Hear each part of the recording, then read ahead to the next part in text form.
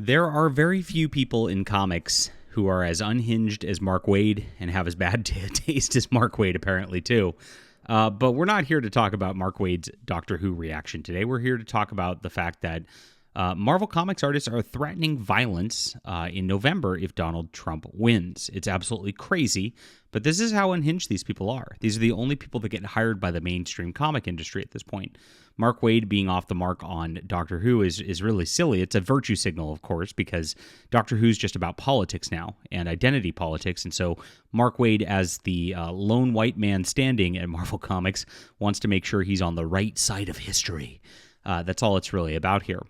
But this is a crazy thing that's going on that Mark Waid is also endorsing, and he's made crazy comments about Trump supporters in the past. He said he'd rather burn down the industry rather than work with somebody who's conservative. Absolutely crazy. This is who Mark Waid is. It's very sad. I have approached him to be on the channel. He said, "Don't waste my time," in response. Really just tragic that like these people can't come together and just be comic people and enjoy comics and let everybody enjoy the culture together. They always go on about diversity and inclusivity. We're making an inclusive environment.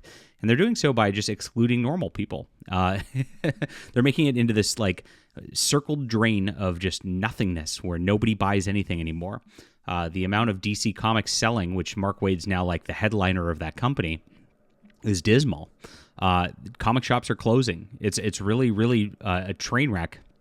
And these people don't realize that their behavior has a lot to do with this. Families and normal people don't want to go into comic shops anymore because of what they've done to the industry. And we'll get into the news with what's happening in just a moment. My name's John Delarose. I'm a #1 best-selling author and award-winning comic creator outside the mainstream industry, blacklisted. I was on the official blacklist that they put out in 2019. Yes, there is one. And I make my own comics. I've been making graphic novels, and they can't stop me. I've been making good money on this since then. They're bitter about it. They're angry.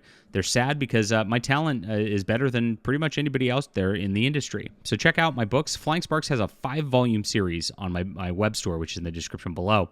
And if you love the old school comics where they built up these narratives over several issues, you're absolutely going to love this. I put together a wonderful sweeping epic, and I'd love for you to pick up the whole thing and check it out today.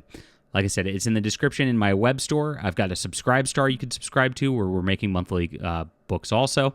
The more that get on there, the more art we can produce. That's exactly what we're going, and that's the future. Staying away from these companies and supporting indies like me. Thanks so much, guys, for being there. All right, so here's what is actually done. Mark Waid retweeted this, and that's the only reason I saw it. You're probably like, who's Pete Woods? And yeah, of course. He's like a C-list Marvel artist who they just throw onto different runs and things like that. I think the most famous thing he's been on was Dan Slott's Iron Man, which really didn't last very long as it was. People just were not very interested in it. He's an okay artist. I don't actually have a problem with his artwork, but he is an unhinged, deranged Trump hater. He's gone at people over on Twitter. And now, of course, he's on Blue Sky in his little, echo chamber, so he can pretend that everything's just fine and dandy. Now, this is what's crazy. So Mark Waid again retweeted this, so he is endorsing this. He says, "Hear me out. If the reason you're mad at Biden is that he enabled loss of human life," yeah, Pete Woods, he started like a giant war in the Ukraine.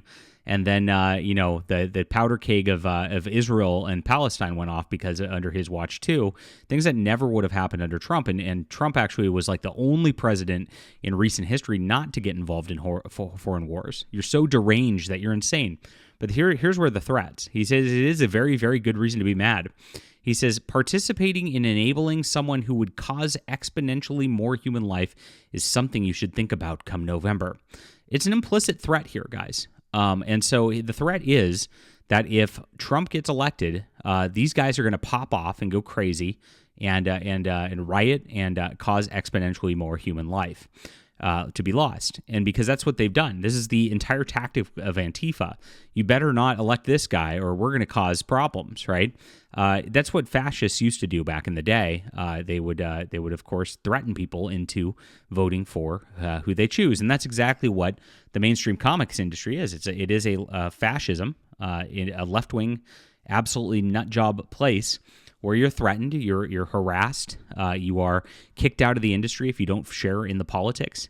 and everybody's running in a complete culture of fear. Like Mark Waid is afraid to talk to me on a live stream about comics and just enjoy ourselves talking comics. That's really what it is. More than anything, he knows he will be canceled. It will be over. He will get harassed. All because these are the people that he propped up within the comic industry to begin with. And so this is the same sort of thing. Pete Woods is saying his people are going to go out there and pop off if Trump goes out and gets elected, because we know Trump's not going to start any wars. He's anti-war. He's the only president who hasn't. There was very little loss of life under Trump because of this. And this is, and so he's had a track record of quite the opposite of what these evil people in the establishment do. And yet, this is what the comic people want. They have this fantasy where there's going to be this violent, bloody revolution. And it's because, they probably don't get paid very well. I don't know what Pete Woods is getting paid, but I'm sure it's barely enough to survive. I think I remember him talking about going off in an RV rather than like living in a house a couple years ago. It might have been a different artist, but I think it was him. And there's crazy stuff, they're all miserable. They're all underpaid. They all hate their lives, and they blame somebody else for it rather than blaming their own bad behavior. This is the thing that the comic industry does over and over and over again. And will they ever get right? Probably not. So I think Pete's got me blocked on Twitter because he literally can't even, that there are people who exist who have different opinions than him on politics. And he'd prefer I'm dead, I'm sure. You can ask him that. All right, leave a comment down below with what you think about this. Hit the like and subscribe button. Make sure to check out my web store and my comics. Appreciate you guys for being there. Even if you don't agree with me politically, please check out my books. I'll see you soon.